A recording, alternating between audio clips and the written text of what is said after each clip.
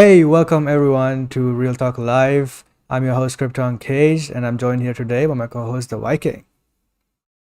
What's up? Casey, would you pick the red pill or the blue pill? Well, I don't know yet. It depends on what is offered to me with each one. But there's some interesting stuff regarding that that we'll talk about in the upcoming topics. But yeah, how have you been, man? Good. I didn't get to go see any new movies this week yet. I'm thinking about going to see Candyman tomorrow. So, Candyman is the new kind of horror movie that's out. I think it's a reboot. I don't know if it's a sequel because I think three movies came out previously. I've only seen the first one, the original one, and that was it's so graphic and it's really dark and so scary. And I can't wait to see this newer version. I hope it's as scary or even more scarier than that one. But I haven't seen the second or the third one. I think there's three altogether. But I don't know if this is a reboot or whatever. But I think Yahya Abdul is in this, the guy who plays Black Manta in Aquaman. He's in Matrix. He's in loads of things right now. He's doing so well for himself. So yeah, I'll probably go see that tomorrow and check it out, and then I can review it in next week's show. But yeah, that's kind of quiet life. How are you, man? I'm good. I'm good. Just been binging a lot of shows and movies over the weekend. Yeah. So yeah, it's pretty fun. And yeah, hello, Jason. Anything, Welcome. anything, anything good or anything to recommend people out there? Yeah, I would say so. The most recent thing that I binged is actually Clickbait, and that's a Netflix show. Mm. It's really interesting because this is another thriller show that Netflix has done, and the premise is basically there's a family and one of the persons within that family goes missing, and this is a limited series, so it's just one season. And there are 8 episodes, and each episode you go through different characters from their perspective of what actually happened. And as you go through the season, the backstories keep unraveling and you get more information. So I pretty much liked it. It was so unexpected at the end. Like I predicted a lot of things that most of the things that were big reveals for the show, but I thought for sure the ending I was just predicting. I thought that was for sure, but this still surprised me, and I was that was unexpected, and I was pleasantly surprised with that. So yeah, that's one that I watched recently, and I would definitely recommend. And it's fun, and you'll just be on the edge of your seat, as the story unravels. So it's pretty cool. Yeah, I watched the first two episodes of it. Like this, it's kind of like a social experiment put into a show. I think in the trailers it was already shown in the trailer. I think it's in the plot for it, but this guy is on camera and he's tied up, and you can click on the website to watch the video of him tied up. But if the video hits 5 million views, then he will be killed. So then you have all these people online and they're clicking on the video. I found that I've only watched 2 episodes of it, but I found that aspect very interesting. That this guy is going to die, but then people are not too sure if it's real or not. They keep clicking on the video and sharing the video Yeah. around, even though this guy might die. So everybody would be kind of um, responsible for his death because they keep clicking on it, they keep sharing it. And I wonder if something like that happened in real life. The exact same thing would happen. People would be watching it and watching Yep, it. absolutely.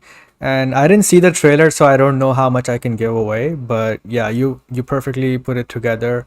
The premise is very interesting, and the way the story unfolds, it's pretty fun to watch. So yeah, I binged it all. Yeah, no, it is.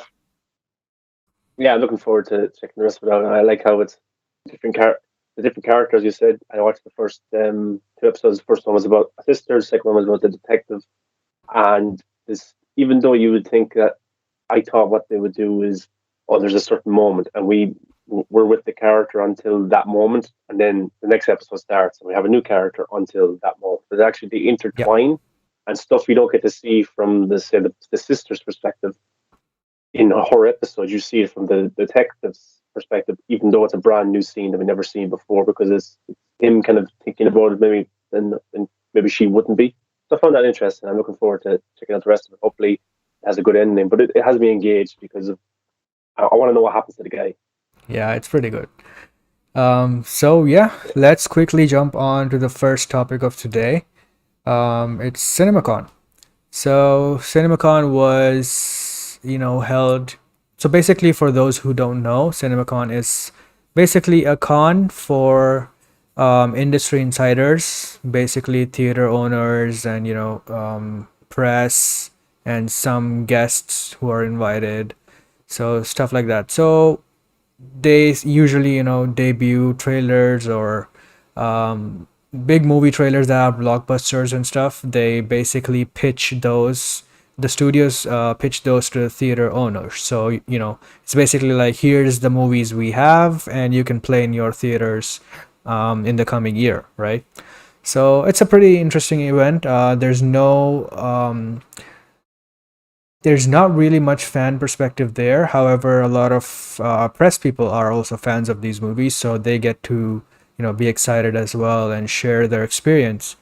So obviously this wasn't live streamed, or we couldn't watch it or anything, but we have certain descriptions from people that actually went there, so we'll be talking about just that.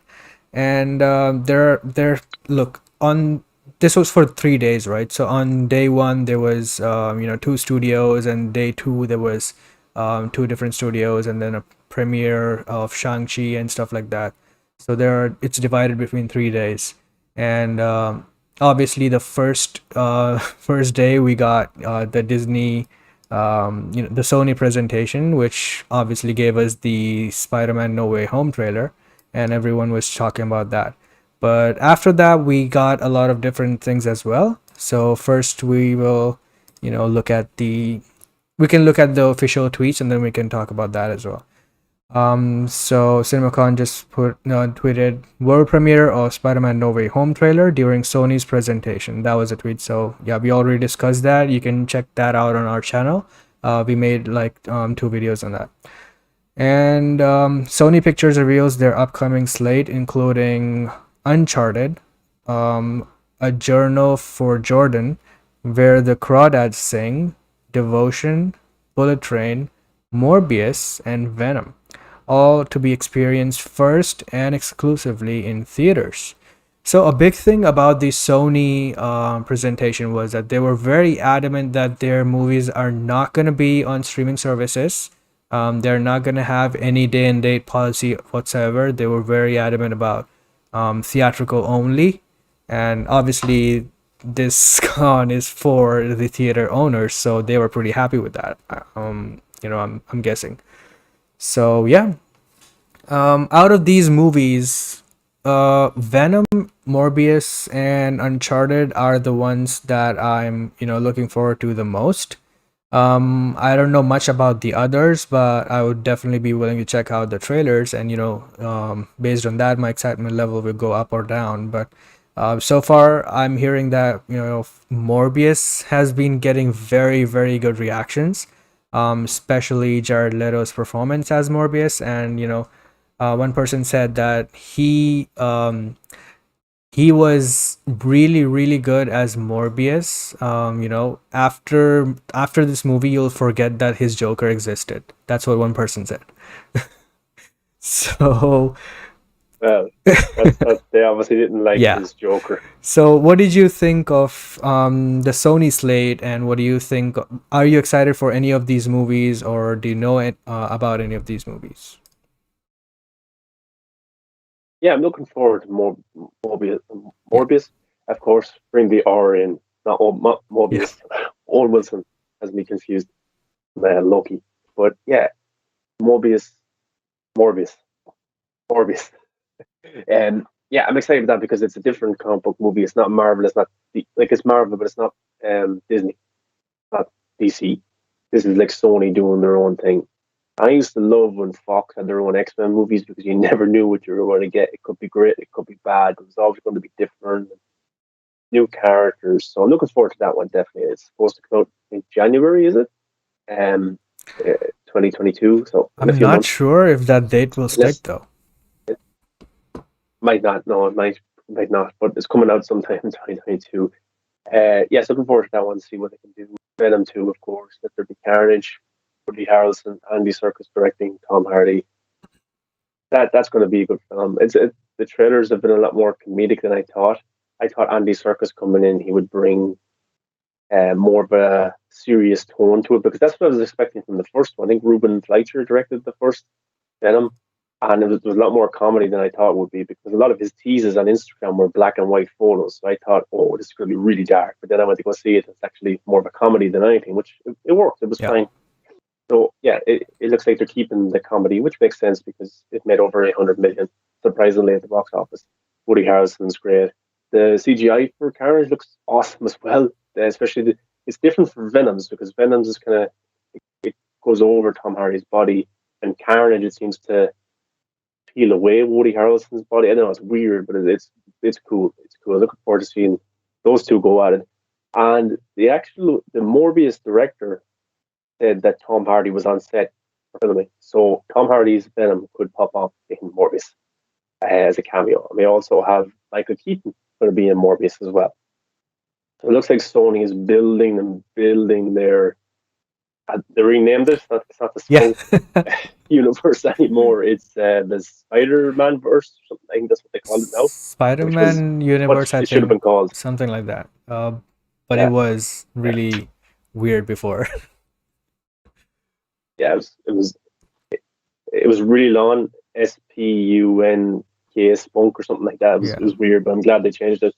But yeah, I'm looking forward to see how this ties in with the multiverse because who knows who pops up in the Spider-Man 3 or even Doctor Strange 2 multiverse mad. So will Sony just like my prediction for a long time is that Tom Holland would be in the MCU while Sony have their own Spider-Man for Venom and for Morbius and for Craven the Hunter and Black Cat is it? What's that Yeah. character? Yes, or just another character they were talking about doing before. Silver Sable. So yeah, a lot of those characters. So I think maybe Miles Morales could be the Spider-Man of the Sony verse, or maybe bring back Andrew or Toby. I still think that's a Dude, possibility. I still that's think all we I could get want. an Into the Spider Verse. Yeah, because Spider-Man 3 isn't an Into the Spider Verse movie. It looks like that, but it's Doctor Strange is in it. There's other characters in it as well. I want to get a full-on Into the Spider Verse movie at Sony live action one. Do the same thing as they did in the animation. It was brilliant live action. Come on, that's going to make like how after like Spider-Man 3 comes out. Let's just say it makes a billion. It'll be hard in the pandemic, but let's just say it's just insane. Do Sony really want to say it to Andrew Garfield and Tony Ware? Bye. Yeah. I think they'll want to use them again, so that's going to be interesting. But also, there's another one I'm looking forward to that comes out on my birthday. Hopefully, if it doesn't get delayed, is Bullet Train. Um, Bullet Train, the plot for Bullet Train is 5 assassins aboard a fast-moving bullet train find out their missions have something in common. That's just all the plot there is. And this is actually the movie that got Aaron Taylor Johnson the role of Craven because the dailies were coming in for this movie. So the dailies is what they shoot that day. Then it goes to the editing room, the VFX, all that kind of stuff. And obviously the producers watch the dailies every single day. Or the executives watch the dailies every single day of Sony, see how the movie's going along, if they want to have any studio notes. Apparently, Aaron Taylor Johnson is so good in these dailies for Bullet Train. That's why they picked him for Craven the Hunter. That's pretty positive. And this movie has Brad Pitt in it. It has Sandra Bullock. Zazie Beetz is in it. Love her. Michael Shannon is in it. Nice. So it's a stacked cast. This Japanese actor, I'm gonna try his name, but he was Scorpion? in he was in Mortal Kombat. He was Hanzo. Right. He was also in the Wolverine, and he was in Army of the Dead. That guy. Hiroki I'm not even going to Sanada, I pronounce. think. That's his name. Yeah. Okay, you got it. So, yeah, I'm looking forward to that one. Really, really am. And David Leitch is directing it as well. So that's one that I think is going to go under the radar right now. It's not a comic book movie or anything like that. David Leitch has done Deadpool 2. He's done Fast and Furious, Hobbs and Shaw. He's done Atomic Blonde, producer on John Wick. So he's a pretty solid track record. So the action is going to be 10 out of 10. I don't know about the story, but the action will be. Yeah. So yeah, I'm looking forward to those ones. Is there another one that you talked about? Well, there's Uncharted, and obviously Uncharted we have not seen a trailer or anything from that, so it's too early to judge. But yeah, it looks interesting. There's another movie called Where the Crawdads Sing. Apparently, this is a very beloved book, and it will make for a good movie. So yeah, some people are excited for that. So let's see how the trailer is. Unfortunately, these most of these people didn't release any trailers, so we just have to go by descriptions of other people. But Hugo Allen says, Yeah, I'm excited for Morbius, but then again, I was always a sucker for vampires. I like it. I like it. The action I looked up where the did you say where the crawdads Yeah. sing? Is that what you said? Woman who raised herself in the marshes of the deep south becomes a suspect in the murder of a man she was once involved with. Actually, I heard about this movie because Garrett Dillahunt is in this movie, and he was in Army of the Dead. Remember Oh, the kind of guy that worked nice. for Japanese Yeah. businessman? And I remember he was doing it because he the same week Army of the Dead was coming out, he was just killed off of Fear the Walking Dead. So he had two zombie. He was in two zombie franchises at the Yeah. same time, and he was spoilers killed off in both of them. So yeah, but he was doing his interviews for Yeah. that, and he was taking a break from filming this movie, and he said it's really really good, and he's loving the script and the story. So yeah, looking forward to that. There's no real release date.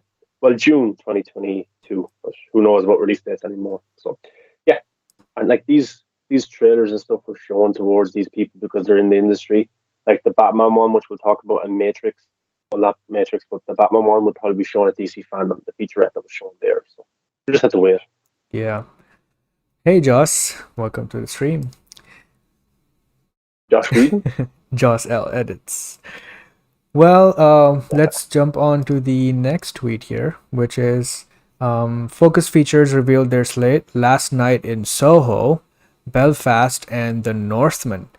I don't know about Belfast. It sounds like a Liam Neeson movie, but yeah, I'm really, really, really, really looking forward to the other two.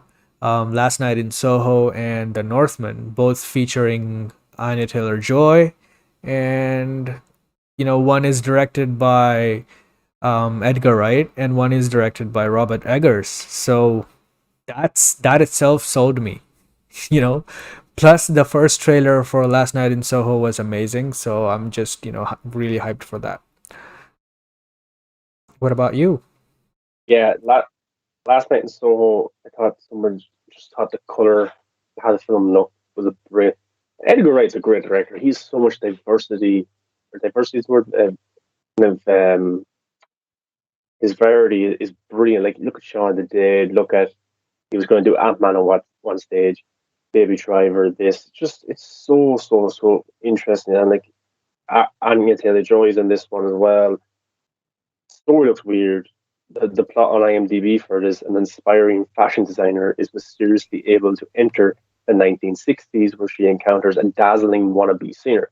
But the glamour is not all as it appears to be, and the dreams of the past start to crack and splinter into something darker.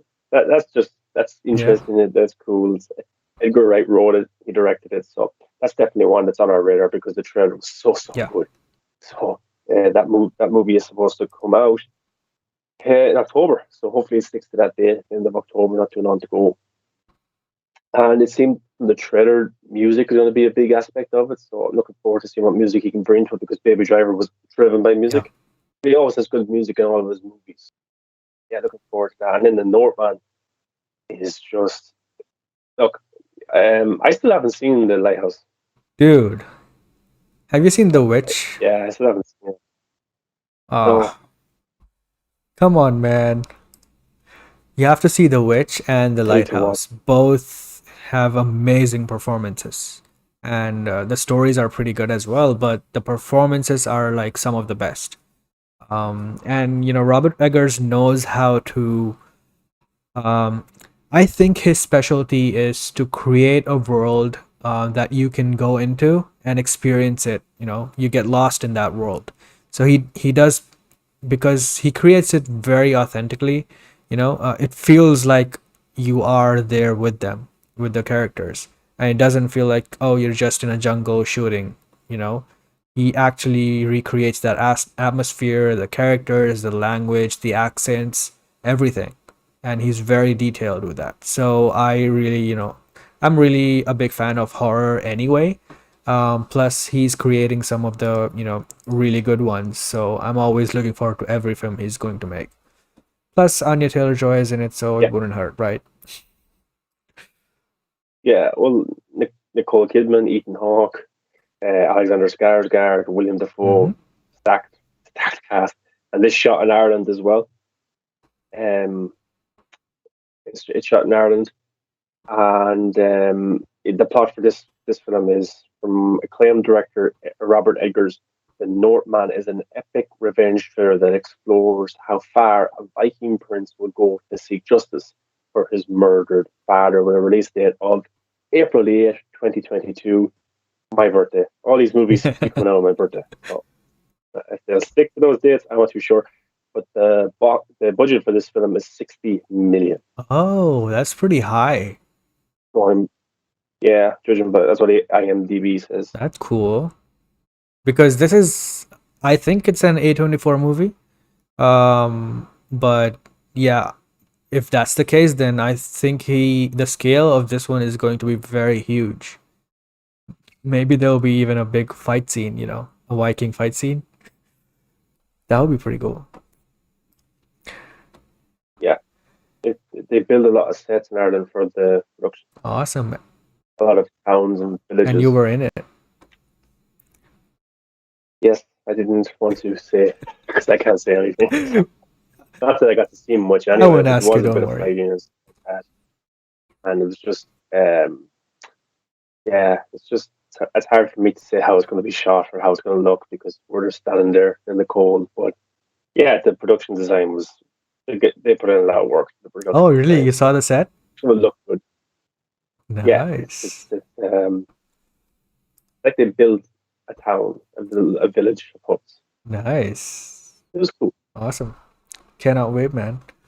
And Hugo says The Witch gets better with every revisit. Still not seen The Lighthouse myself. Oh, The Lighthouse is kind of divisive because it's very metaphorical in nature. You see that? No. No, it's all No. brightened up. Um, it was just a village they built. Okay. Oh, you can send me on Twitter and I might, open it here. Okay. So yeah, I'm definitely looking forward to that movie and also, Last Night in Soho.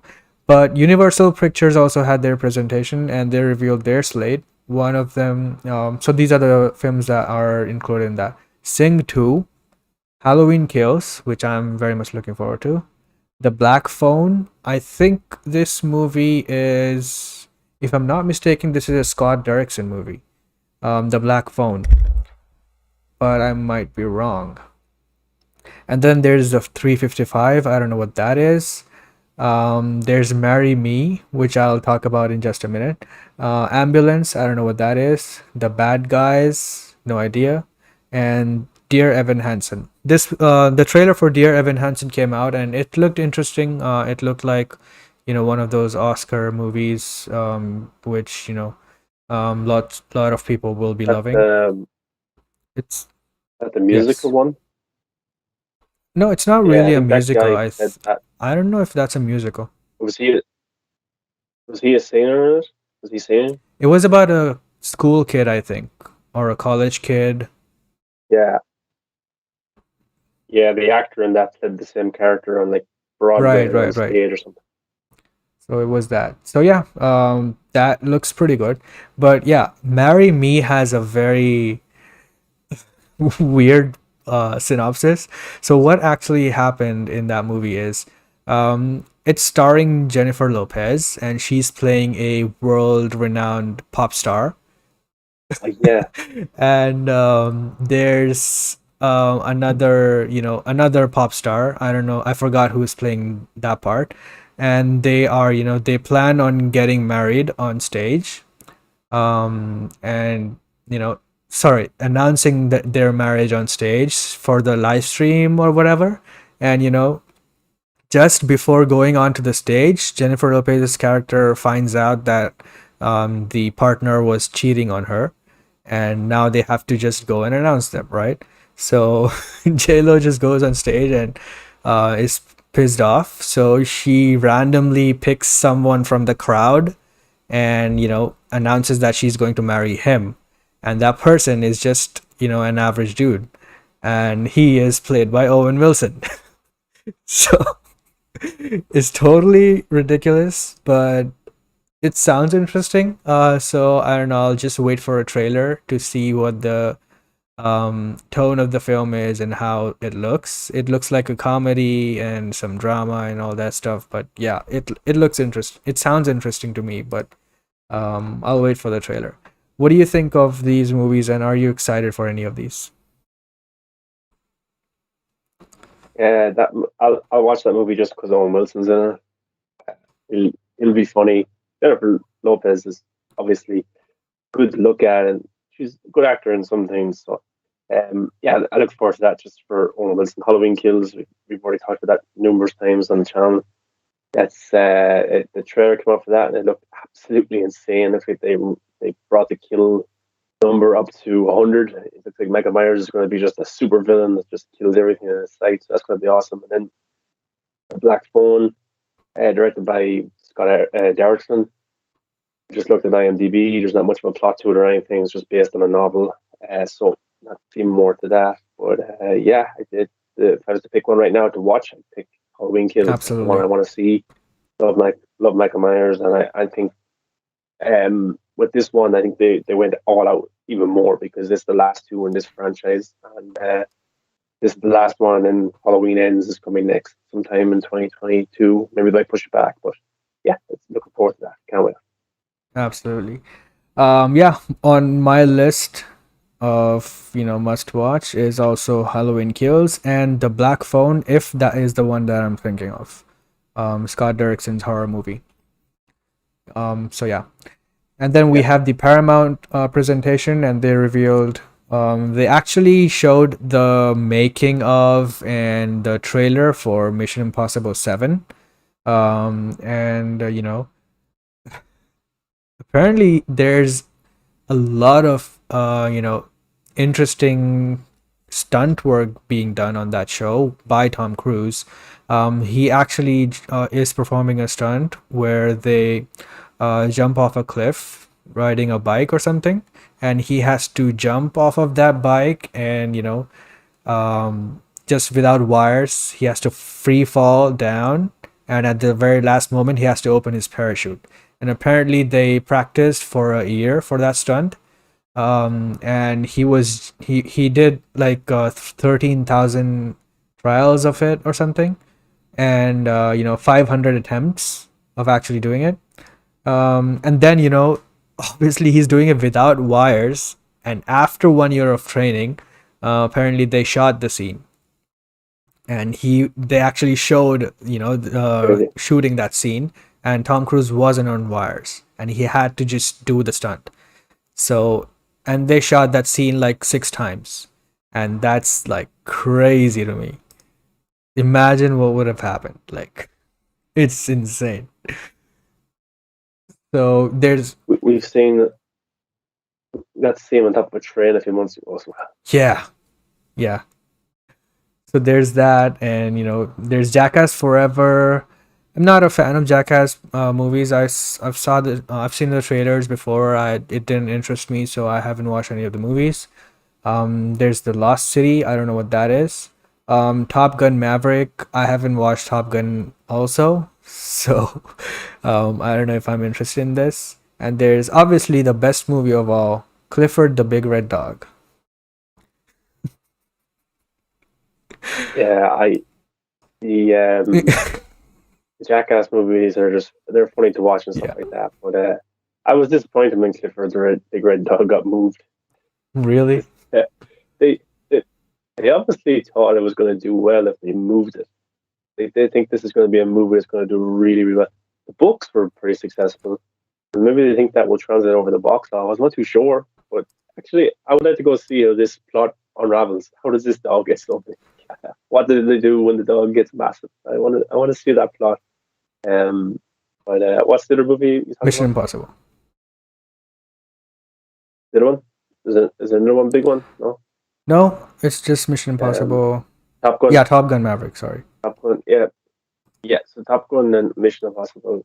I have yet to see the first Top Gun. I know I need to fix that, but I was going to wait until the new one was coming out, like within a week, or a month, to watch that. You know, that's what I was going to do. The Mission Impossible movies, I haven't seen a lot of them either, so I need to binge those. I've seen here and there, but I watched the Henry Cavill one. That was really good, but yeah, I need to go back and check out like 2, 3, 4, 5, because yeah, I don't know. The franchise has never really appealed to me, but I think a good binge before the new one comes out will be pretty good to do. I'll definitely I will fix that. But Tom Cruise he's killing it, man. He's doing these amazing movies. Like I was looking at some of his earlier movies. He did so much dramatic acting. He doesn't do any of that anymore.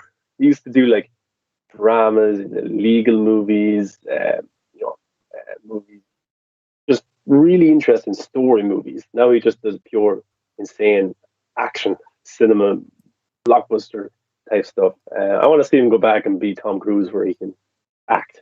You know, so I want to see him just do a simple, movie where he just doesn't do any tricks on bikes or trains or airplanes or aliens. I want to see him just have a good acting movie. It's just relax, because every time I watch a Tom Cruise movie, I'm just like, I'm kind of on the edge of my seat. Like, don't do it. Just don't do. You don't need to do Yeah. that. Oh. Yeah, I've seen all of the Mission Impossible movies. I like that franchise, and um, it's also cool that you don't have to watch all the movies to understand what's going on in each individual movies. Maybe the first three were more connected, but after that, it was not as connected. You could watch just that movie and still enjoy it. So the spy thriller kind of genre is very appealing to me, so I'll definitely be checking that out as well.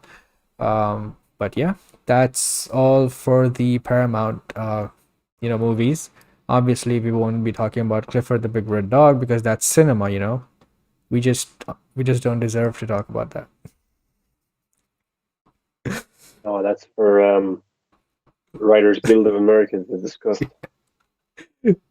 But yeah, the picture you sent of the Northman, this is the set here. It looks pretty amazing to me. You know, this whole set, it Yeah, looks kind of like the set that they built for The Witch. So it all but it looks bigger than that. So it looks pretty promising, and I'm really hyped for that. yeah. For somebody who's been on the set of the Vikings as well, it's similar to that kind of stuff where they're not built by the production teams, and they put in amazing works. Like that's all just handmade there, with pre-production. Once pre-production, just getting it all ready and stuff like that. So, just shows you how much that not the director, not the writers, not the actors, but the rest of the team put into these productions and these movies and shows to make it come to life. So, yeah, I think it's just pretty awesome to see, and it was big. It was big, but I'm interested to see how this film looks on camera, because when you're there and you're watching it like in real time, even the Vikings, it's very hard to watch it then on screen in a serious fashion because you were Yeah, there. So it's kind of takes you out of it a little bit. So I'm going to be interested to see if what Robert Eggers can do with this one. yeah, Yeah, me too. looking forward to it, and shot in my country, so it has to be looking absolutely perfect. Yeah. I mean, the set looks amazing. The even the witch looked really, really good. There's the huge And location, and everything looks built specifically for that movie. Like I said, he creates the world, and you just go in it. So it's a really good experience. You should definitely check it out. Same with the Lighthouse. I will. And I will. I'll do a double feature. awesome. Joss L says Tom Cruise reliving the Edge of Tomorrow for a year just for a stunt. Yeah, but in real life, he doesn't get a restart. And Yeah. Hugo Allen also says Tom Cruise is one of my favorite male actors, up there with Nicolas Cage, Arnold, Will Smith, and John Travolta. Just admire the man's passion and attitude. I completely agree with you, man.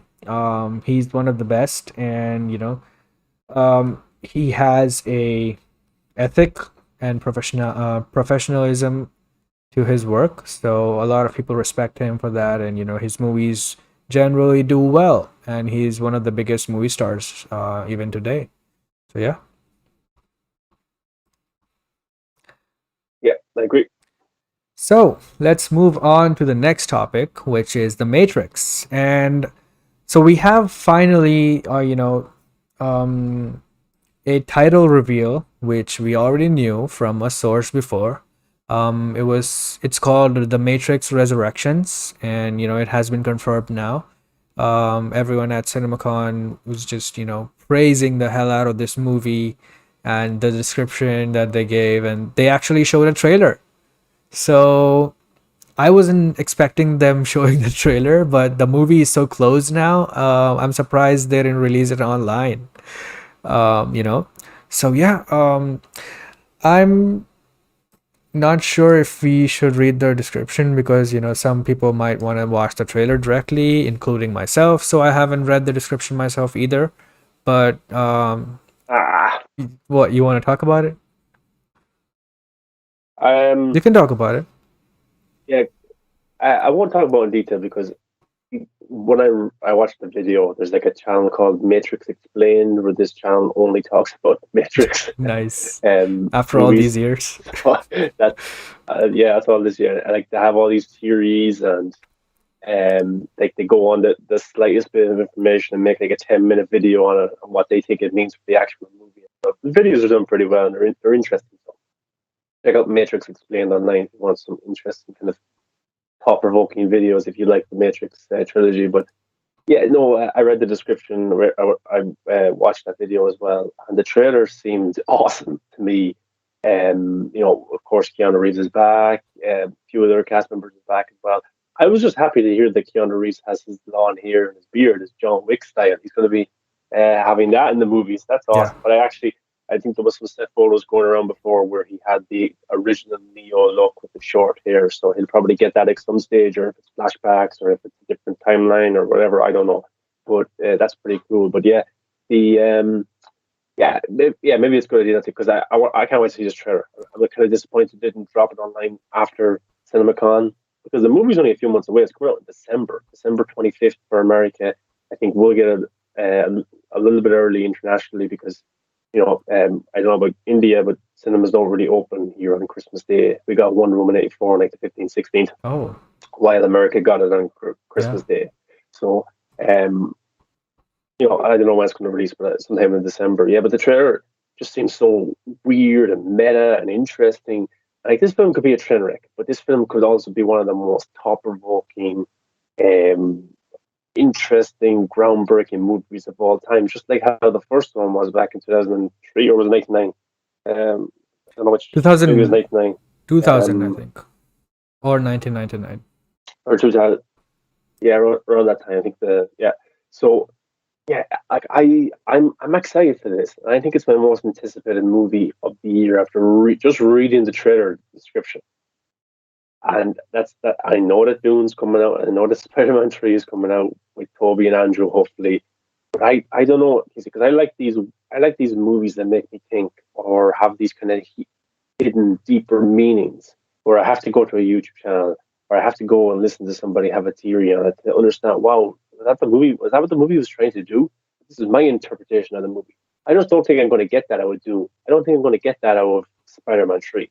And no disrespect to those movies, but I don't think 10 years from now there will be a YouTube channel called Dune Explained or Spider-Man Far From Home, No Way Home Explained, like there is for Matrix. Matrix is still pretty popular. The red pill blue pill scenario, I asked you at the start of the channel, what would you pick? And you're like, well, it depends what's the outcomes, you know. So like, you know, Neo's was what to stay in this world or to go into the next cyber world, whatever it was. Um, so yeah, I just find that so interesting. So I'm looking forward to Matrix Resurrections, and we actually had that for that video a few months ago on the channel. I think it's our most viewed Yeah, video. We were right. yeah. So So yeah, but we have that video has early yeah, reactions, so you can go check out, what people thought of that movie at that time. Um, yeah, okay, yeah. But this film got Christina Ricci's in it. Got Jessica yeah, Henwick she's is in it awesome. as well. There's a lot of females. There's a lot of females in Jessica this. Henwick is just so Um, perfect for the Matrix movie. Just she's yeah, great with stunts and swords. So I'm just imagining her like a Trinity character. You know, she's gonna be awesome. yeah. We also have Priyanka Oh, Chopra she's in this movie. Jonas's wife. She's in this movie as Oh. well. Yeah, yeah, Abdul Mati's Yeah, in this movie as I well. believe he's playing Uh, young and Morpheus. yeah, that's what yeah, Yeah, Morbius. I always But have to we got stop so to much. think which one this is. Yeah, so we have from the trailer description, it does look like that he's kind of young Morbius, the younger version of um what's Lawrence his name? Fishburne.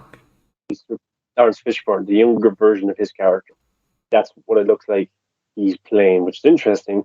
And Neil Patrick Harris is in this movie, who also popped up in the trailer, and he's playing a psychiatrist. Neo's psychiatrist from the trailer. So Neo is in therapy as a psychiatrist, and it's Neil Patrick Harris. We also have Jada Pinkett Smith is in this as well, Will Smith's wife. Didn't know that. She's in it. And no other big names. There could be some surprises in the movie, but the first movie came out, it was groundbreaking. The action, immense, unbelievable. It's a long time since I watched the trilogy Me too. together. I will watch the trilogy soon, but just from online general consensus, 2 and 3 are not as good as 1. 3 is supposed to be terrible. Now, I haven't seen them in a long time. I can't really vouch for that, but I will watch them soon before the fourth one comes out. But yeah, I'm looking forward to this because of how of the possibility of what it could be. You know, Exactly. people are doubting Lana Wachowski. Well, to be Because fair, they have a reason to be skeptical. Like Hugo yeah, here, they do. he says I have my reservations when it comes to this new Matrix movie. Seriously, it's interesting from what I've been told, but forgive me for being skeptical. That's where I'm at as well because I'm one of the few people who actually liked all 3 Matrix movies, and there were some stuff that bothered me, but overall I did like all the 3 movies and I didn't hate any one of them.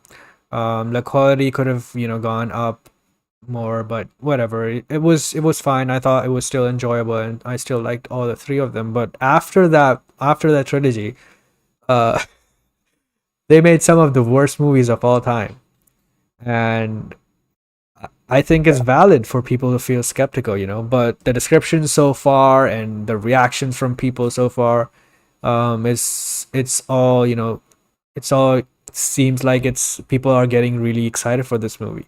And the first trailer was shown and people are still loving it, so I'm just guessing that that movie really did well. And I'm so excited for the first trailer. yeah. In the trailer, there's supposed to be a brilliant train sequence fight as well. So that's just for the trailer. People were talking about that, raving about that. There's a very interesting kind of spin to the trailer. I think the red and blue Yeah, pill pop up again in the trailer for some reason. It looks that Keanu Reeves' character and also Carrie Ann Moss is coming back as well.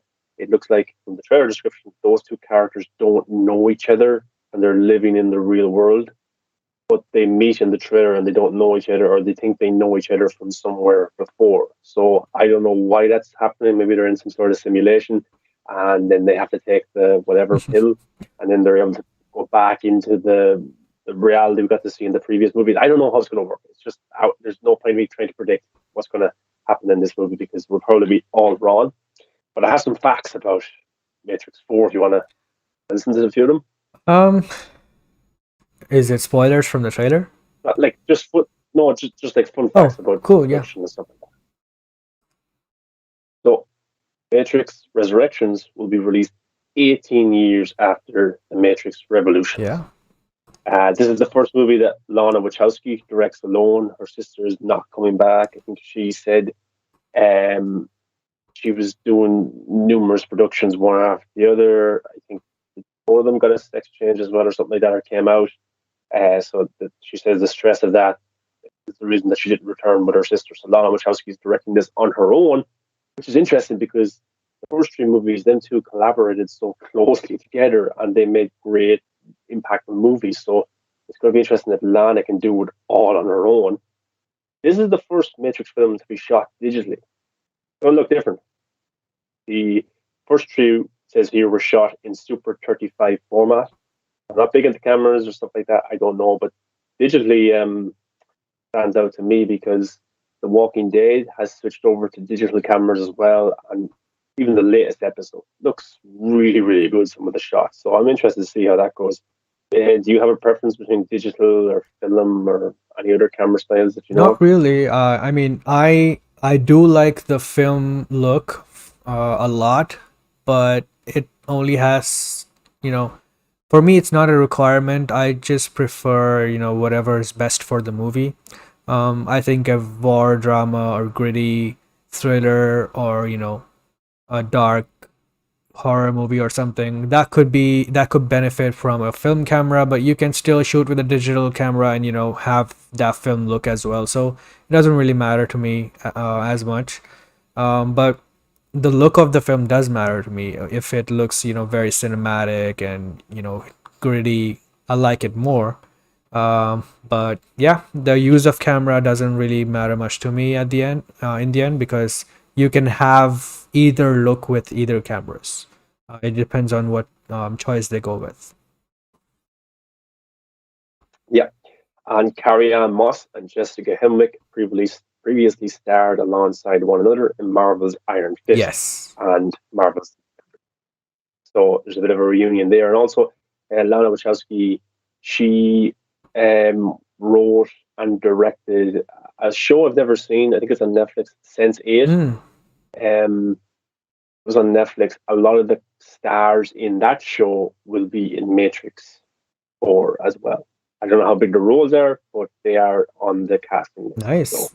she's bringing over some actors and actresses that she's worked with previously. Sense8 was And one of the also popular Joel shows, Silver. right? I think so. Maybe someone in the comments will know. I never watched Yeah, it, me but neither. I think maybe it was cancelled and people wanted it brought back and stuff. But another thing that kind of stands out to me is like one of the producers of all three movies, Joel Silver, who has done The Nice Guys as a producer. He's done Sherlock Holmes, all the Matrix movies, Die Hard, a lot of big movies. He's not returning as a producer. So there's a lot of people that's not involved from the Yeah. original three. They're not involved for this one, which does worry me, but also gets me excited because we could see something new, something different, which it should do because the first one was so different. It was so impactful. People wanted to go see it. The action was immense. I wonder if this one will have the same impact. Will this be groundbreaking 18 years later? I hope it is, and maybe all these fresh eyes can make it that. Yeah, I hope so too. But yeah, let's move on to the next topic, which is the Batman. And there was also a Batman, footage screenings. They showed some scenes from that movie, and they also showed the trailer again. Plus, I think they said that it was a special kind of edit for CinemaCon, but it's not exactly the trailer that was released at Fandom last year, but it mostly was that trailer. So there are some additional footage, which says that it's very visceral. The Batman is very brutal. He's very violent, and the film is very dark and all that stuff. So that's interesting to me, but I'll just have to see for myself because Some people can feel it's dark, but to me it might not be. So I'll be the judge of that when the next trailer comes out or something. But yeah, there's someone on Twitter. He's a YouTuber also. And he apparently he knows someone who has seen the Batman and has given him some description, right? So we'll be reading some of that. Yeah, so I know someone who has seen the Batman, a friend of mine, and a really good person. Here's what they told me. The Batman movie is a horror movie, very graphic, very dark, very scary. Paul Dano is fucking crazy, so fucking crazy. I loved every second. Um, this is not something new, but the horror movie part, I think, like I said, it depends on it differs from person to person. One person can just see and get scared from these things, and some people might not. So yeah, this doesn't sound as interesting. It's just the same thing that we've been hearing so far. Um, but yeah. The next one is very interesting. They said the cut they saw of the Batman is 3 hours long. Now, I don't think the Batman is going to be 3 hours long. This could just be one, test screening, assembly cut or something like that, or first assembly cut or first final cut, or whatever it is. You know, it could be one of that. So they could just, judge by the reaction which scenes didn't work, and then they can cut that later, right? Um, Yeah, because this is a Batman movie, and I'm hearing that it's going to be PG-13. That's what you said as well, right? yeah, that's what it looks like. Yeah. So if it's going to be PG-13, I don't think they will let the Batman be 3 hours. Especially because they want to create a trilogy from this, and different spin-offs. So the first movie um has to appeal to the general audience, to the masses. It has to do well. It has because it has a lot of setting up to do. So they have to be very careful with this. So knowing Warner Brothers, I don't think they'll let them release the 3 hour cut of the movie in the theaters. So there's that, and then we have. Yeah, I don't. Mhm. I, I don't. It's not going to be. It's not going to be 3 hours. Like if Zack Snyder or Christopher Nolan couldn't get a 3 hour Batman movie, I don't know if Yeah. Matt Reeves can. I don't think that's a creative dispute or like impacting his vision. Like not too many 3 hour movies make theaters, and Matt Yeah. Reeves will know that himself. You know, he'll know that, and that won't be a problem. The stuff you cut out. Look at all the great movies that got scenes cut out for time because it makes the movie better. Of course, we would love to see the longer version. Dune is a prime example. I think there's a 4 hour cut of Dune. We would all love to see that, but the 4 hour cut might not flow as good as the 2 hour and 45 minute one. So there's big differences of it all. So sometimes it works, sometimes it doesn't. But I think we'll get a long Batman movie. It just won't be 3 hours. Yeah. Same. Plus, it's going to be very dark and broody. So I don't think audiences will love it if it keeps going on that way for like 3 hours. They want some action scenes, fun, and all that, right? So yeah, they'll have to cut it short for sure. Um, Yeah, yeah. So the next one is about Catwoman. Their thoughts on Zoe Kravitz as Catwoman. I have a million things to say about Catwoman. She's my favorite. Holy shit, definitely my favorite Catwoman. So, um, I like Zoe Kravitz. She is a really good actress, and this casting was amazing. And she looked really great in the trailer. So I was hoping that she would be good, right? So yeah, that's all I can say. There's nothing much to say here. You know. So yeah, looking forward to that. Closing opinion. There's a scene at the end that literally had everyone screaming, everyone gasped. Like it was a big no way for everyone. I don't give a fuck about Batman or DC, and even I clenched onto a knee and was shook. It's the biggest mix drop. Um, I don't know exactly how to respond to that, but seems like the ending is good. this person's, if it's real, this is this person's review from their Yeah. perspective.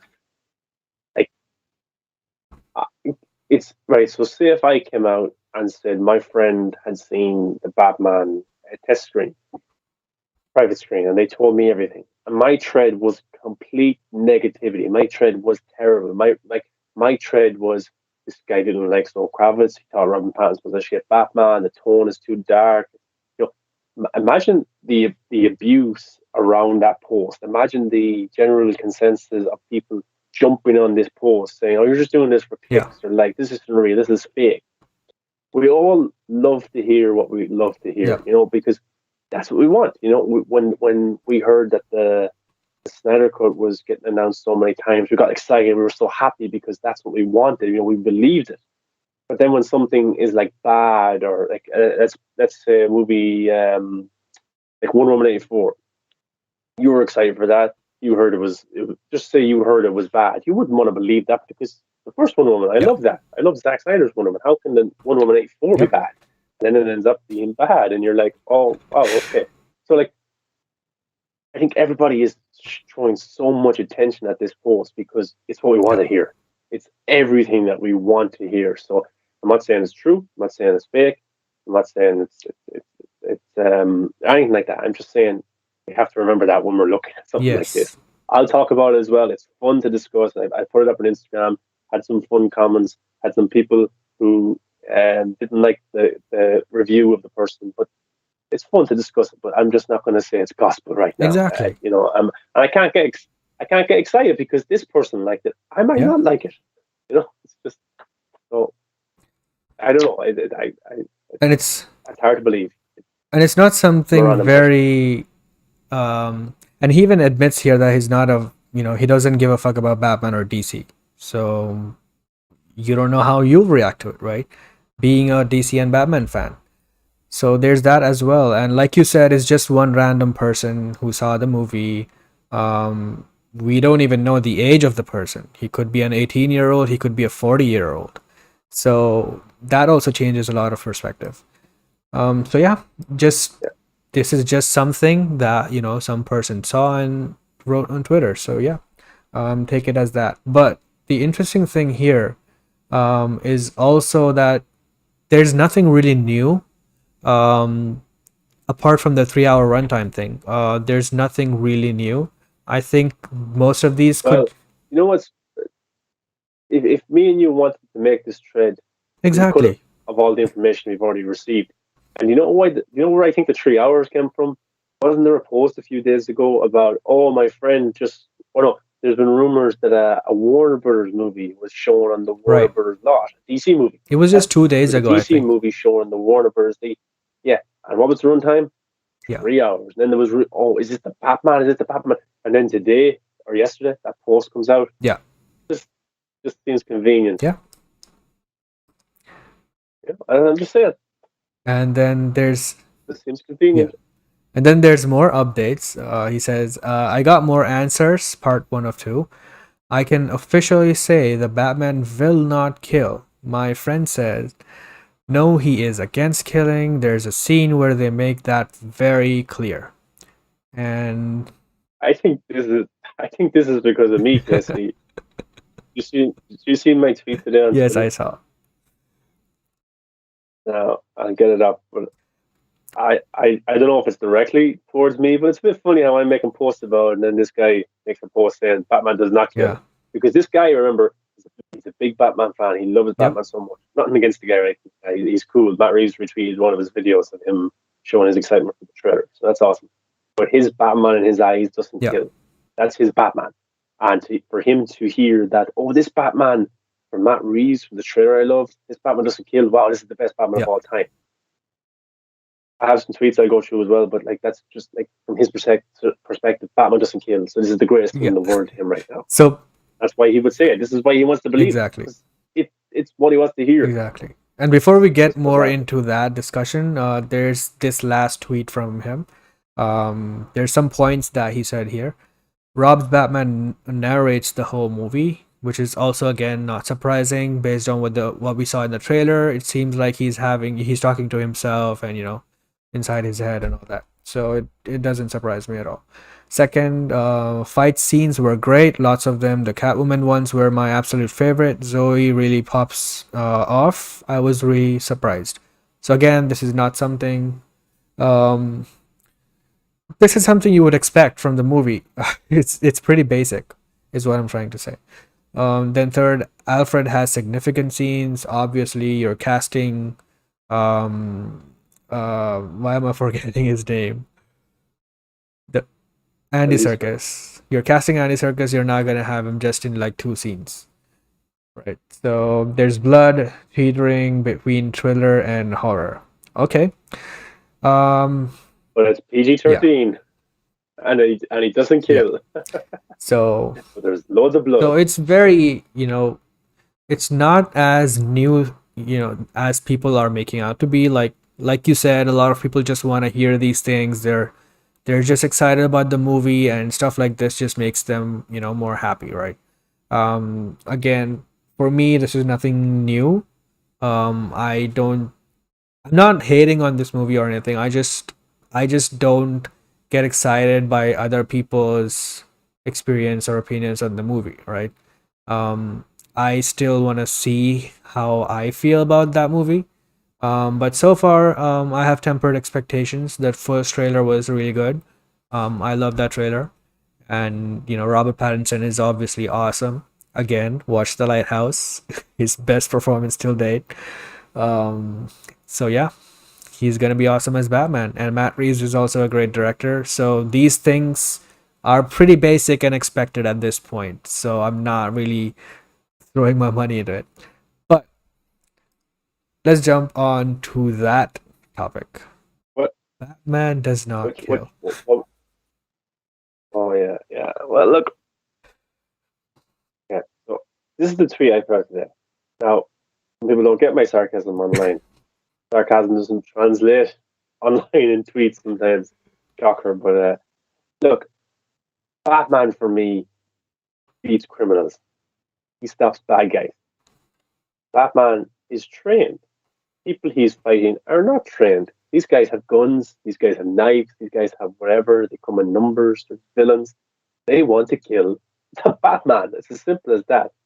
And the Batman, when he fights these criminals, he has to use all of his knowledge when fighting them.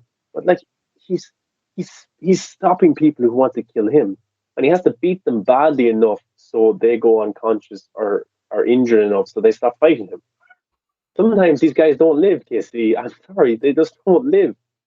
A lot of the Batmans have killed.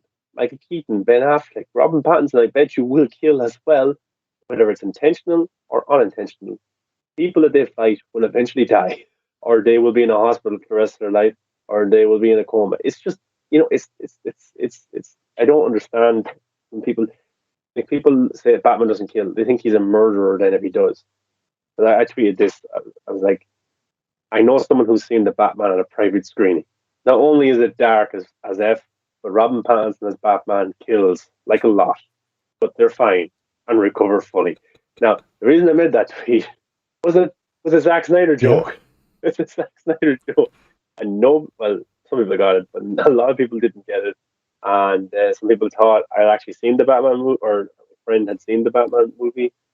And then they were like, "Can you explain what you mean by they're fine and fully recover, even though he kills?" So yeah, I was only having some fun. People took it to heart, but like there was somebody that said, "I hope the Lord this isn't true. I swear to God, if we have another Batman that kills, I'll lose my mind."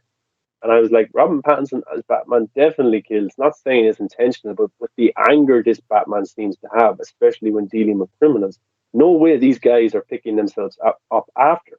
If they're not dead, they will wish that they were. Which I think is a valid point. Because if you look in the trailer, the DC Phantom trailer, he breaks that guy's arm. He beats the guy in the face 6 or 7 times. And then when the guy is on the ground, he goes in and hits them 3 or 4 more times. And the last punch, he brings his fist up here. He goes down into the guy who, remember, the guy's head is on concrete or on the ground, and Batman is punching his head in. The guy is not okay, Jesse.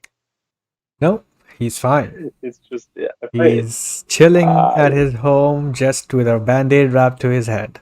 and he'll be fine in 1 week. Like that's what they say. My Batman's not a killer. He's not a murderer, but he has killed people. That guy is not okay. Yeah. And a lot of people So think, why do Snyder fans just want Batman to be a killer? No, we're not saying that we want Batman to be a killer. And even in BVS, he was not a killer. Um, you know, the Batman we saw at that time, 20 years later, that Batman broke his rule. And it's very clear in the movie. New rules, Alfred is taunting him and everything, you know, men becoming cruel and all that stuff. There's so much exposition in your face that suggests that no one is happy with this Batman being this ruthless and killing people, which he didn't used to do when he was, during his year 1, year 2, year 3, whatever. So he's not even happy with it. he's not even happy. And if you saw Zack Snyder's Justice League, he changed. He changed. Now I'm not talking about the nightmare scene because that is years later and the consequences are different. Situation is different. That's pretty self-explanatory. Like nightmare Yeah, sequence. It's the worst case yeah. scenario for any of these characters. Of course, he needs to kill now. He needs Yeah. guns. There's aliens flying through the sky. I don't understand why people think that whatever. It's just a stupid fight. I just don't want to even go into that because it's so stupid. But yeah, this thing. Look, for me, it's about narrative in the movie. If that is part of your story, good. If that isn't part of your story and the Batman just randomly is killing people left and right, I don't care. If there's no explanation for it or narrative behind it, I don't care. It really doesn't matter to me. Like you said, he's a hero. He's killing off villains, criminals. It happens in every single superhero movie. So get over it. Yeah, it's different if it's a part of the plot. Like so, yeah, yeah, at the start of the movie, if he says, "I'm Batman, I do not kill," but then later on in the movie, Yes. he obviously kills a guy and it's just ignored. Then I'm going to be thinking, what's going on here? But if it's actually part of the stories, like I know Alfred says, Bruce, you're not killing, you don't kill, but these guys aren't walking away picking strawberries after you fight them, you know what I mean? Something like that, stuff like that. It's but then again, like it would be cool to see a Batman who doesn't kill, but then he's drove to kill or something like that. Or maybe in the story he's already killed somebody and now he's on this big arc to show himself or to prove that look, I don't kill. Maybe he's killed somebody already, but when we meet, I don't know. Like I would love him to maybe kill the Riddler because the Riddler reveals something that is so groundbreaking, so like, oh my god. But Batman doesn't want to believe it. Maybe it's about his Yep. parents.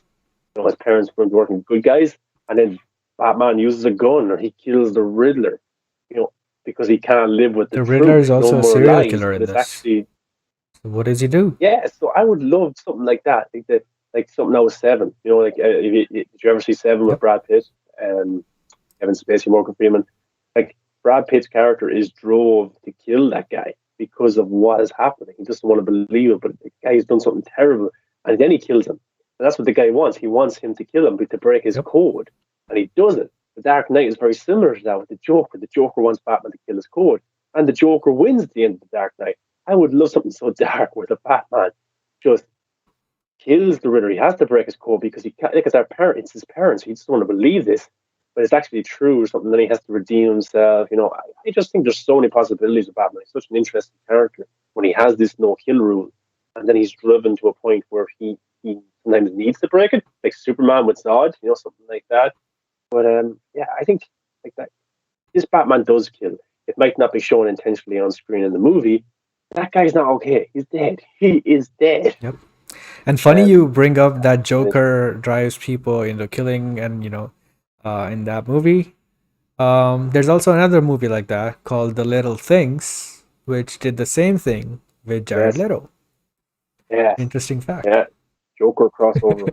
Yeah, that's good. I like those stories. And the guy, I think, on the last tweet said that something unbelievable happens where people are on their knees or something. I think it was the tweet at the end of the movie. My prediction is that like the Waynes uh, weren't good people. They were a part of something because in the trailer, Riddler goes, "You're a part of this too," Yep. and then Batman goes, "How am I part of this?" And then Riddler goes, "You'll Yep. see." Like I think the Waynes were involved with some shady Yep. business, and the Batman will learn about this, but he doesn't want to believe it since his parents. And this is why he fights is for the death of his parents. But he's fighting in the name of people who are actually as bad as the people that he's fighting. So I think that could be interesting. See how it goes and how he takes what the Riddler has to say. But there was a tweet also online. It goes, "Why do people want Batman to kill?"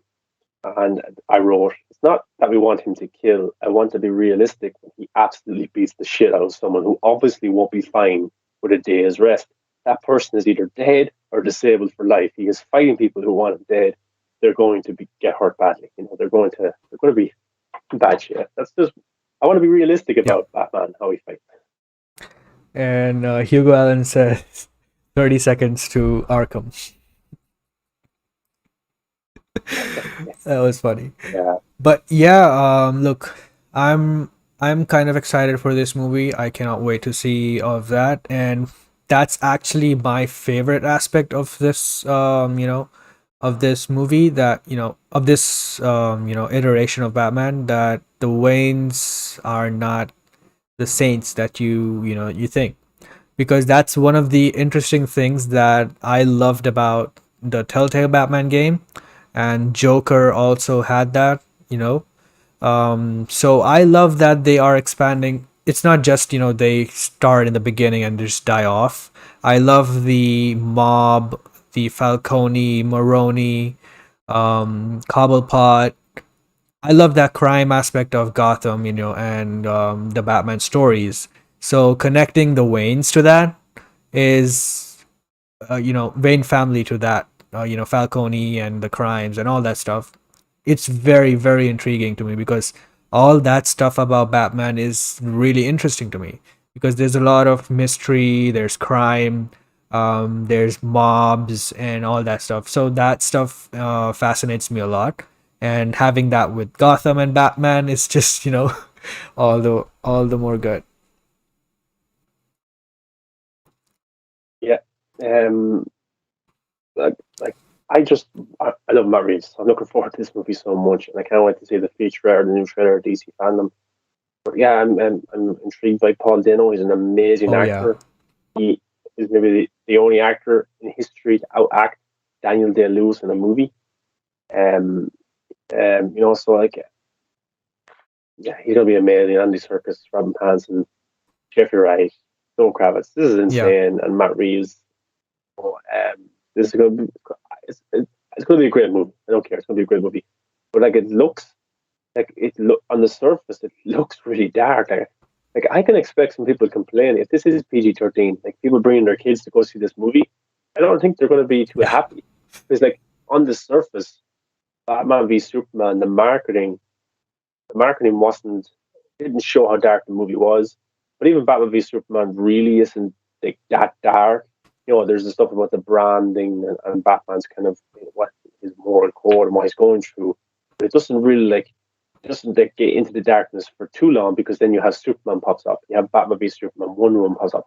It has those kind of popcorn moments in Batman v Superman where it's entertaining. The action is really entertaining and stuff like that. But in the nightmare sequence and Doomsday, the Batman v Superman fight. But on the surface of the Batman trailers and everything that we know, it looks so dark. It doesn't look like a movie that you would bring the family to go see. The little kids or I don't know, maybe it will be different, but I could see like a mirror image of Batman Returns years Yeah. ago, or when Batman Returns came out, people parents were like, "This is too dark. This is way too dark. The Penguin is I can't. My kids can't watch this. Like, how dark will Matt Reeves go, or how much will Warner Brothers let him go? Because I think this is Matt Reeves' vision. I don't think Warner Brothers tampered too much because he walked away back in 2017. He was in contract negotiations and they wouldn't agree to his terms, and then he left. And then he came back a few weeks later because they had to say, "Okay, well, we agreed to your terms." So, have to wait and see. It's coming out in Yeah. 8 months from now. Uh, On that, so I hope so, without getting postponed again.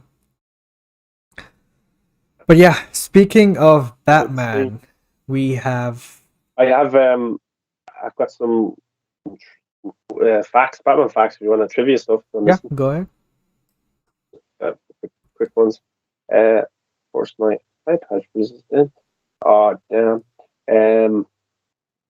Oh yeah. Did you know that Zoe Kravitz voiced Catwoman before? Really? Yes. Can you guess what movie? Um, I'm not sure. I'm not sure. Oh wait, was it for one of the Arkham games? I don't think so. No, no. She did it. My iPad froze. She Mask of the did it Phantasm. for it. No, Zoe Kravitz has previously voiced the character of Catwoman in the Lego Batman movie. Oh, okay, makes Yeah, sense. yeah. So I didn't know that. Um, so Zoe Kravitz and Colin Farrell, Robin Pattinson are all in the movie. They have something in common, though. You know what that is? Something in common. They've all starred in a franchise together. Really? Hmm. Twilight? Oh, No, fantastic. the Wizarding Right, World, right, right, right. Harry Potter. Because Robin Yep. Pattinson was Cedric Diggory in Goblet of Fire, then Zoe And Kravitz Colin were and in Colin Fantastic Farrell are in Beasts. Right. Fantastic. Yeah, okay, yeah. So this is the first Batman film, solo Batman film, to be shot on digital. So that's pretty interesting, I thought. And I had one more here. Um, oh yes, so Matt Reeves, while writing the script for the Batman, listened to the soundtrack for Taxi Driver. Nice. So did the Joker. So yeah, so I thought that was interesting. Joker was a big inspiration. Like Taxi Driver was a big inspiration for Joker. So yeah, to see him. I think the soundtrack is called "Thank God for the Rain." I think that's a pretty dark movie to base your Batman movie on. Yeah. But no complaints from us because this is the kind of stuff that we really like. So yeah, I also had one tweet, a couple of days ago that I basically said that WB wanted to get rid of, Ben Affleck's Batman. By get rid of, I mean make changes, make it more light, and ignoring that BVS exists and all that stuff. Um, but and just to make sell more toys and make it lighter, and they actually ended up with this Batman, which is basically the darkest iteration of Batman so far.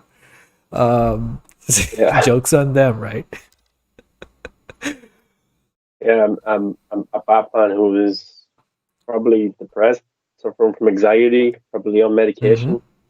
You know, they're trying to sell toys based on that Yeah, guy. it's going to be weird. That's a tough crowd. Matt Reeves, the comics that he looked to for this movie was Batman Ego. I've never heard of that one though. Batman The Long Halloween, which That's we a pretty just good watched one. part one and part two of the animated series, and Batman Year One. So I think the Batman Year One aspects will be more in this movie. I think the Lawn Halloween stuff will be setups in this movie, and that they will happen more in two and three, where the Rogue Gallery comes into it even more. Maybe like you know, Joker, what else, Bane, any of those characters, Poison Ivy, maybe. Mm-hmm. I think over the next two movies, the second and third one, we'll get more of a Halloween aspect to the movie in terms of different villains popping up here and there. So I think that's going to be awesome. Yeah, very much looking forward to it. And speaking of Batman's villain Bane, Grace Randolph recently put out a tweet, and she basically said, "Okay, so you wanted some DCEU tea, Bane, soon, early 2022. Hashtag DC, hashtag HBO Max." And in another tweet, she basically said that it's not a solo Bane project, so he's not gonna get his own show or movie, whatever, but he's gonna appear in someone else's. Now, early 2022. I don't think the announcement is early 22, but I think she's just talking about when we'll see that, that character. So the most obvious guess here is Peacemaker because it's already done and it's coming out in early 2022. So it's a DC show. It's on HBO Max. It's going to be DCEU. So that's the most obvious guess. But some people are also speculating that we'll get the announcement and casting announcement of Bane in early 2022 for him being in the Batman. So that's not DCEU though, but some people are still speculating that. So I don't know what's going on with that, but to me, I think it's just a Peacemaker show, and that's very interesting because I didn't expect that. Bane is a pretty big, significant Batman villain, and having him in a Peacemaker show was very unexpected to me. So I don't know if that's true, but um, yeah, what do you think of it, man? Yeah, like Dave Bautista said that he talked to Warner Brothers before about playing Bane. I think the two characters he was up for was Lobo and Bane. So, but Warner Brothers didn't want him for the role, or they had some other idea in mind and stuff like that. But yeah, like James Gunn and him know each other. You know, they're friends. I don't know if Dave Bautista would go to James, because James Gunn has a lot of power at DC. I don't know if James Gunn or Bautista would go to James Gunn and say, "Hey, James, I really want to play Bane. Could you maybe put me into your Peacemaker show?" So then they have to cast me. I don't know if that would happen. But yeah, Grace Randolph's tweet was very kind of weird to read because early 2022 was that an announcement? Does that mean it's popping up? Because Black Canary is a long time away. The show hasn't even been written yet fully. It's not even shot. So it's not that. And Grace Randolph said it's not. It's Bane's not getting his own TV show or movie. He's going to pop up in somebody else's. Is it Batgirl? That's getting ready to shoot in November. So maybe they have enough footage. Maybe Dave Bautista's on set. Maybe to do a trailer. Maybe to do a character reveal, and Dave Bautista's on set for Batgirl. That could be a possibility for that, for a teaser or for an announcement early January, early 2022. But then the Peacemaker show has already been shot.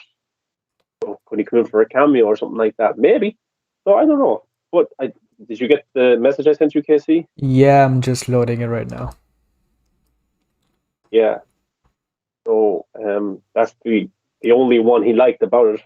Interesting. Yeah, that's the only Bane tweet he liked on that day regarding the news. But then he said some interesting news that he would never be in a movie with John Cena. Yeah. So I don't because he wants to like be away from WWE and do his own image and stuff like that. Now that's him saying that. I don't know if it would actually happen or not. But I think I just he found it said interesting that that he liked. about not being in a Fast and Furious movie with him or something like that. Oh, was it okay? Yeah. I just seen the clickbait headlines. I didn't read it. That's me. Didn't read it. But yeah, I don't know. Like the Peacemaker show, could he pop in that? Maybe. But it wouldn't be. It would just be maybe a short, brief appearance, maybe for season 2 of Peacemaker. But the other one that I have in mind is Backer, because they're getting ready to That's shoot that. So true. maybe he could be on set, movies casting that, and then they they don't say anything. He's shooting his scenes maybe behind closed doors on sets and stuff. And then in 2022, early 22, it's he's going to be in the background movie. Yeah, So that could be just that'll an be cool as announcement. well. You're right. Yeah. So either of those two. It's not Black Canary, I don't think. Either of those two. And do you have my tweet up Yes, I there? do.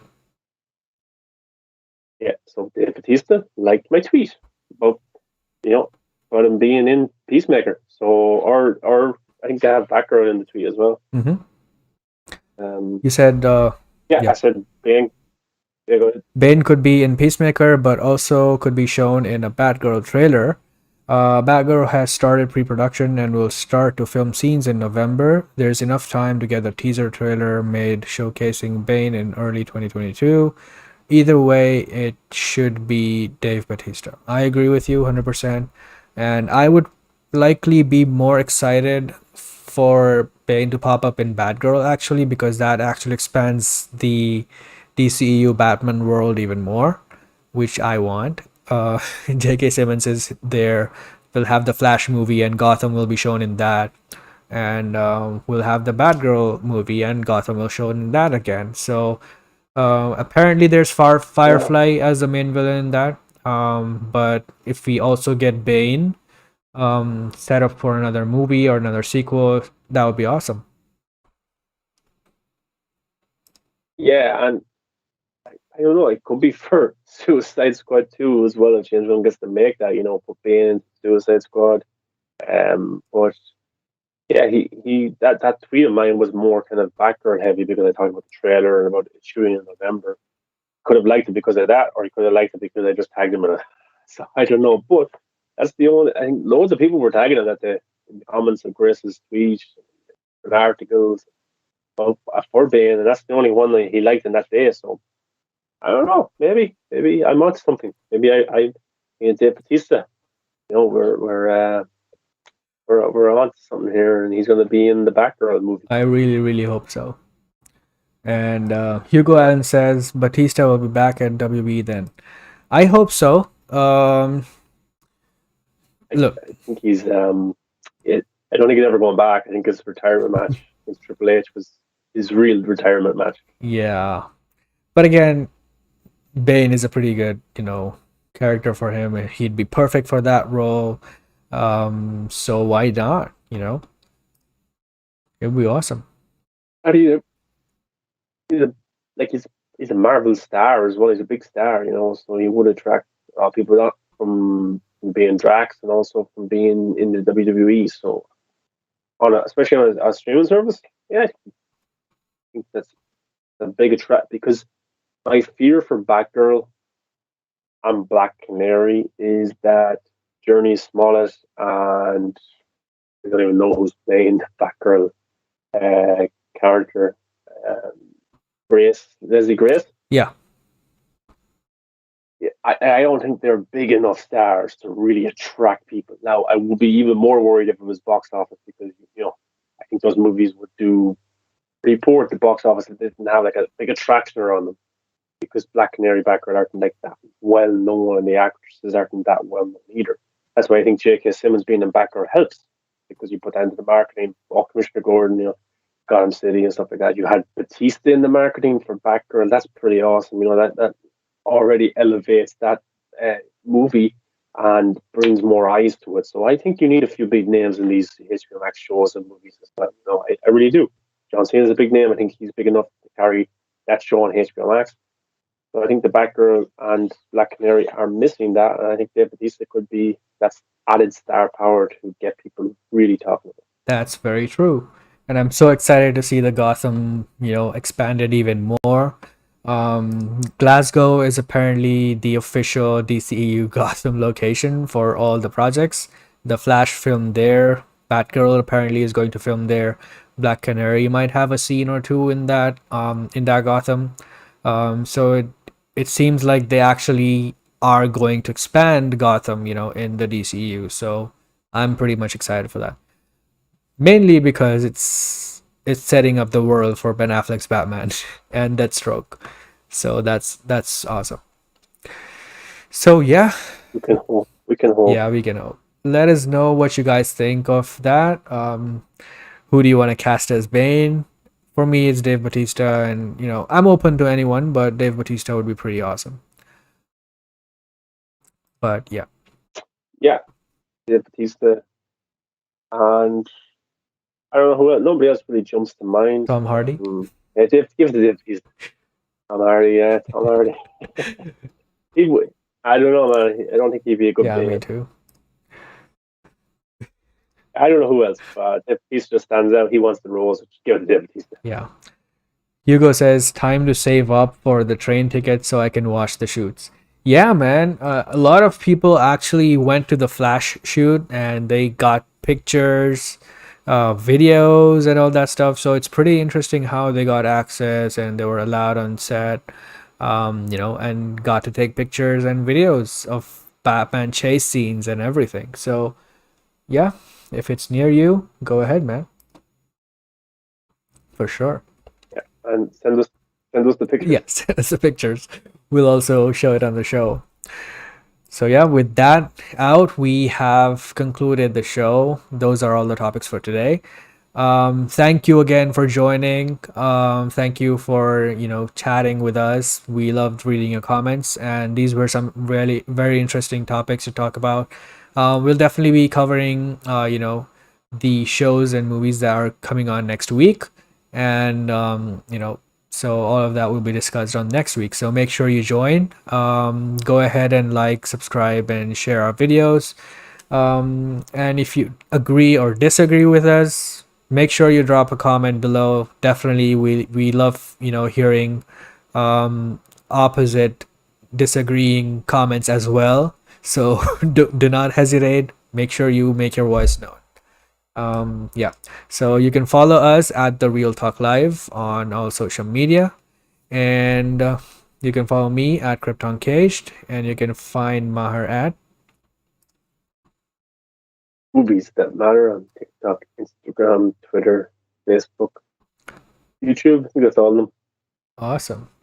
All right then. Until next time. Take care and see you later.